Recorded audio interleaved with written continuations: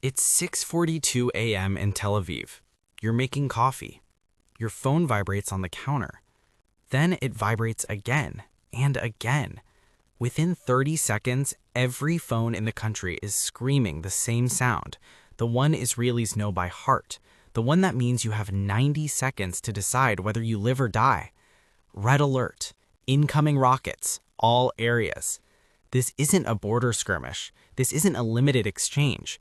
The alert covers the entire country, north to south, east to west, every city, every town, every settlement. And the counter at the bottom of the screen doesn't say 10 rockets or 50 rockets. It says threat level critical, seek shelter immediately. You have 90 seconds, maybe less.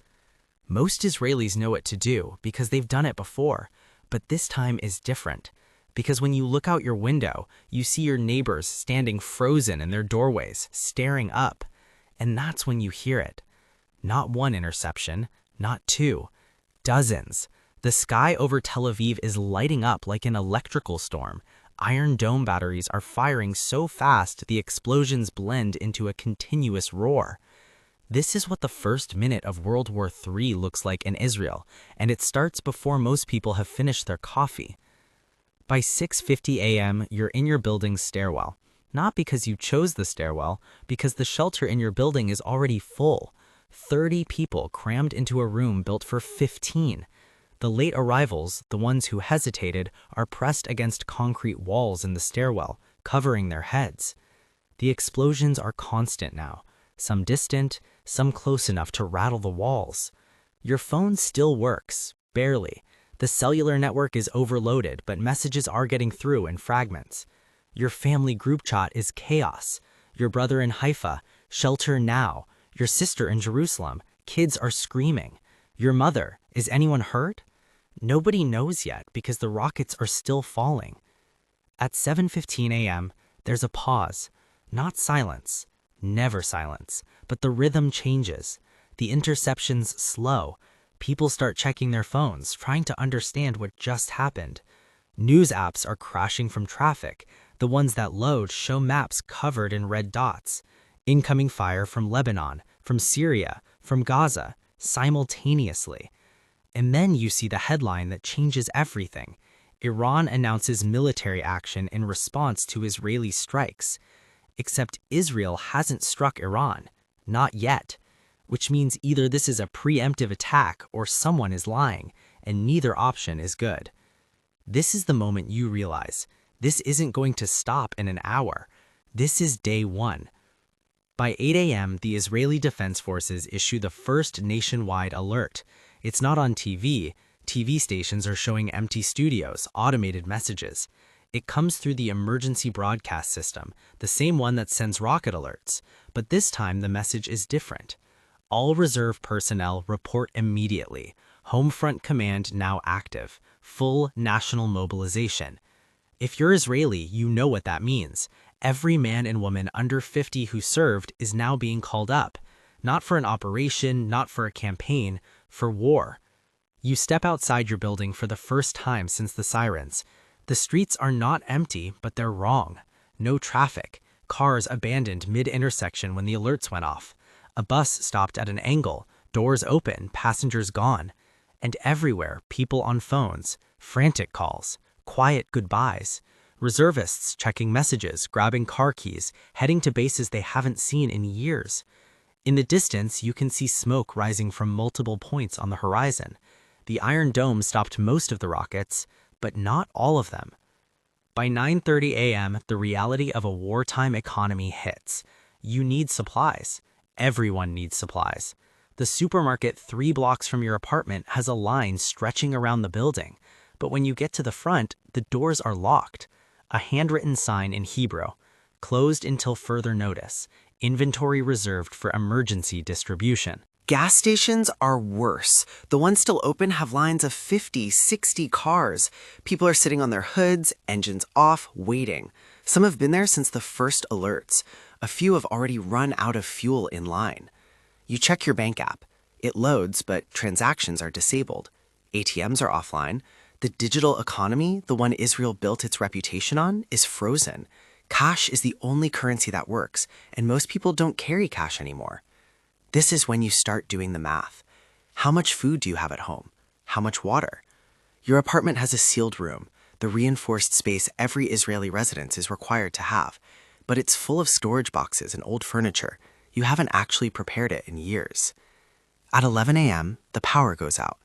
Not everywhere. Rolling blackouts, the radio says. The grid is being prioritized for hospitals, military installations, and critical infrastructure. Residential areas will have power in rotating 4-hour windows. Your phone battery is at 40%. You have no way to charge it for at least 3 hours, maybe more. This is the calculation every Israeli is now making. How long will my phone last? Because the phone is everything. It's your connection to family. It's your source of news. It's the only way you'll know if another wave of rockets is coming. You turn off everything except cellular. No apps, no video, just the alert system and messages. 40% battery might last 8 hours if you're careful, maybe 10. By 1 p.m., the second wave hits. The alerts scream again. This time you're ready. You're already in the stairwell with your neighbors. You've learned the rhythm. Alert, sirens, interceptions, silence, repeat. But this wave is different. The interceptions sound closer. One explosion is so loud it shakes dust from the ceiling. Someone's crying, a child, maybe 6 years old, pressed against her mother's chest. You check your phone during the pause. New alerts. Not rockets. Air raid sirens in the north. Reports of drone strikes. Hezbollah has joined. And then the thing that makes your stomach drop. Unconfirmed reports of ground movements near the Lebanese border. Not infiltrations, formations. By 3 p.m., you realize the Israeli government isn't telling you everything. The official statements are vague. IDF responding appropriately. Situation under control. But the roads tell a different story. Military convoys are moving north in numbers you've never seen. Tanks on flatbed tracks. APCs in columns. Helicopters so low you can see the pilots. Something is happening at the border. Something big. Your neighbor, a reservist who got called up at 8 a.m., sends a message to the building group chat before he loses signal. It's not just rockets. They're coming over the fence. Pray for us. That's the last anyone hears from him. By 5 p.m., the sun is setting, and you realize this is the first time in your life you've dreaded nightfall in Israel. Because at night, the interceptions are harder to see, the drones are harder to detect, and the Iron Dome batteries, the ones that have been firing nonstop for 11 hours, are running low on interceptors. The emergency radio broadcasts a new message. Conserve water, conserve food, do not travel, stay near shelter. No explanation, no timeline, just conserve and stay. By 7 p.m., the power comes back on in your neighborhood. You charge your phone to full. You fill every container in your apartment with water, even the bathtub. You pull the boxes out of your sealed room and actually prepare it for the first time because you're starting to understand something. This isn't a conflict that ends in 72 hours. This isn't an operation with a clear objective and a ceasefire. This is the beginning of something nobody alive has experienced. By 10 p.m., the country is dark again. Curfew is in effect. Not officially announced, but enforced. Police and military vehicles patrol empty streets. Anyone outside is stopped, questioned, sent home. You sit in your apartment with your family. No TV, no internet. Just a battery-powered radio and the glow of a single candle. The radio plays the same message on a loop. This is the Israel Broadcasting Authority. Remain in your homes. Further updates to follow. But the updates don't come. At 11:47 p.m., their phone vibrates one last time before you force yourself to sleep. A message from a friend in the IDF. 3 words. It started. Pray. You don't ask what it means. You already know. This is what the first day of World War III looks like in Israel. Not cinematic explosions, not heroic last stands, just ordinary people in stairwells and apartments, counting batteries and water bottles, waiting for alerts, hoping the interceptions keep working. The war doesn't arrive with trumpets and declarations. It arrives at 6:42 a.m. with a phone alert and 90 seconds to choose a shelter.